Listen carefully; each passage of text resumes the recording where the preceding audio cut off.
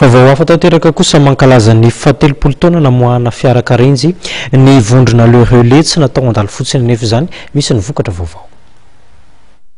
Nampahafantarina ny alatsinainy teo ny fiarakodia antsoina hoe Hemazana 2 novokarin'ny vondrona le relais izay mpamokatra ny fiarakarenjy ao Fianaratsoa. Azo sokajiana prototype ity fiara malagasy ity. Mieritreritra ny hamoaka fiara Mazana 2 mandidina ny 200 koa ny orinasa ao anatin'ny herintaona.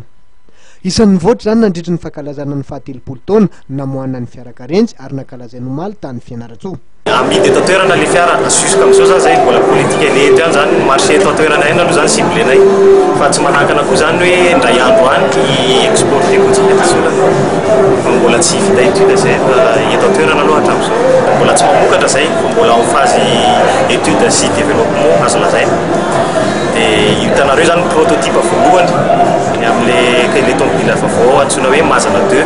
Tokony ho raisina ho atao fitaratra ity orinasa ity eo amin'ny sehatry ny famokarana tao zava-baventy hoy ny ministry ny indostria, ny fampandrosoana ny sehatra tsy miakina sy ny orinasa madinika Andriamatoa Jules Etienne izay nanome voninahitra izao fotoan-danonana izao.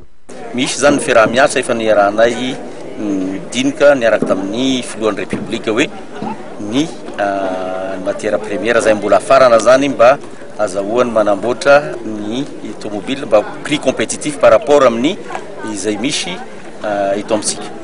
Zay zao ny fiaraha-miasa anankiray oroany fa io mbola be dia be ny fiaraha-miasa satria zahay ao amin'ny ministère dia hiezaka koa nampianazy amin'ny mety. Nanamafy ny fanohanana ny sehatry ny indostria ny ministra tompony andraikitra.